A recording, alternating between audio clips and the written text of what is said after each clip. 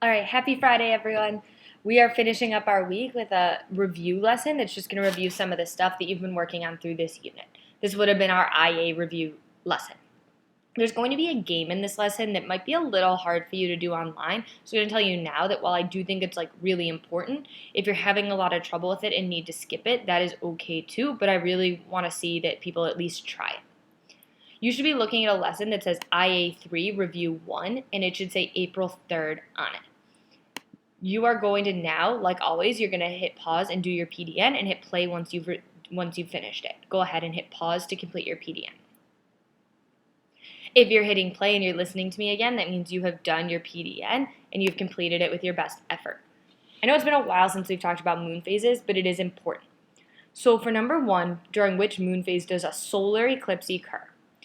So a solar eclipse, solar means sun, is when the moon is blocking the sun. The sun is eclipsed. And so for that to happen, the position would have to be C. So, my bad, that is the answer number 2 would be position C. The moon phase would be new moon. So for number 1, you should have written new moon. And for number 2, you should have said position C. Now, we don't have a solar eclipse every month. I'm on question 3. And the reason for that, we know the moon's orbit is tilted, causing solar eclipses to be unlikely. That answer is C. The one that best describes a solar eclipse, again, is when our view of the sun is blocked. The answer is D, because the moon moves between the sun and the earth, and it blocks our view of the sun. If you have any questions about this, you can go ahead and call or text me, but this is stuff from a while ago, so it makes sense if you might have struggled with this a little bit. If you got these all, really nice job. Moving on to the next page. All right, this is our game we're going to play, and we're going to try our best to do this virtually. So the first thing you're going to do is I'm going to read the directions, and you're going to follow along. Directions. You have a population of rabbits living in a snowy environment. It is your goal to choose the traits for the rabbits so that your rabbit population survives. For each rabbit, you need to decide the color of its fur, white, brown, or black, its size, small, medium, or large, and the size of its teeth, small, medium, or large. So on paper, we would have circled it, but what I want you to do for each box, you're going to go over and make one of your choices bold. So if I was going to, for rabbit 1, have a white rabbit, I would make the word white bold. If I wanted it to be size medium, I would make that bold. And if I wanted it to have large teeth, I would make large bold. If this makes sense to you, please pause the video and go ahead and fill out the traits for all of your rabbits. Don't think too hard about this. Just do it quickly based on your gut instincts and hit play when you're ready. If you're hitting play, that means you have filled out the traits for all of your rabbits. So we're going to go through this. Now, your rabbits are living in a snowy environment. They're having a great time. But there is a new prey. And this new prey likes to hide in little little openings. And rabbits, we know that they prey on plants. So these plants grow in these little tiny openings. And the rabbits that are large are having trouble getting into the openings to get the food that they need to eat, the plants. So because of that, all of the large rabbits die. Half of your medium rabbits die, and all of your small rabbits survive. So what I want you to do is for all of the boxes that have a large rabbit, you can either highlight the whole box in a color or delete the words or something so that you know they are dead, and the same for half of your medium rabbits. So if 8 of them were medium, 4 are dead. If 5 were medium, we can't kill 2.5, you can kill 2 of them. You can go ahead and pause and then hit play once you've done that.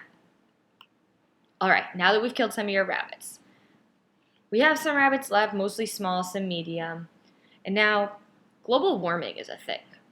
And over time, the snow melts, and now it's just a brownish, surface that's left instead of the snow. So unfortunately, the predators can now see the white rabbits. So what happens is all of your white rabbits die, and one of your black rabbits dies as well. It was it just happened to be caught by a predator. Wasn't able to blend in with the brown surface. So all of your white rabbits are dead and one of your black rabbits. Please pause and go ahead and kill the rabbits by either highlighting the box or deleting the words. Hit play once you've done that. All right, you've hit play, which means you've killed your rabbits. At this point, I'd be asking if anyone has rabbits left, how we're doing. So you can't see how anyone else is doing, but hopefully you still have some alive. We have one more change. Now, there is a different kind. Again, there's a new plant growing. And this time, this is a plant that only rabbits with really large teeth are able to eat. Rabbits that have smaller medium teeth are not able to break open this new plant. It has like a harder shell around it, and so they need to have large teeth. So your rabbits with large teeth survive, and all the rabbits with small and medium teeth die. So go ahead, figure out what's left with your rabbits, hit pause, and then hit play when you're ready to move on. All right, so at this point, you probably don't have a lot of rabbits left. My guess is that you made most of your rabbits white because you knew there was a white environment. Maybe you made most of your rabbits large or have large teeth because you thought that would be the best for the rabbits. Maybe you made it all medium. Or maybe you beat the game because you had a lot of variation. We are not going to play this again. It's a little tricky on the computer. So page 3, it says play it again. We're not going to do this. But I want you to think about what your population would need in order to survive. Hint, I just said it, so if you rewind, you could hear it. Go ahead and fill in your answer where it says analysis on page 3. What did your population need in order to survive? Hit pause and then hit play once you're ready to review. All right, you should have written about variation. If you had rabbits that had a lot of differences, some of them would have been able to survive. So let's stamp our understanding here. You need to write populations need variation in order to survive through environmental changes. Again, populations need variation in order to survive through environmental changes. ENVIRONMENTAL. Environmental changes.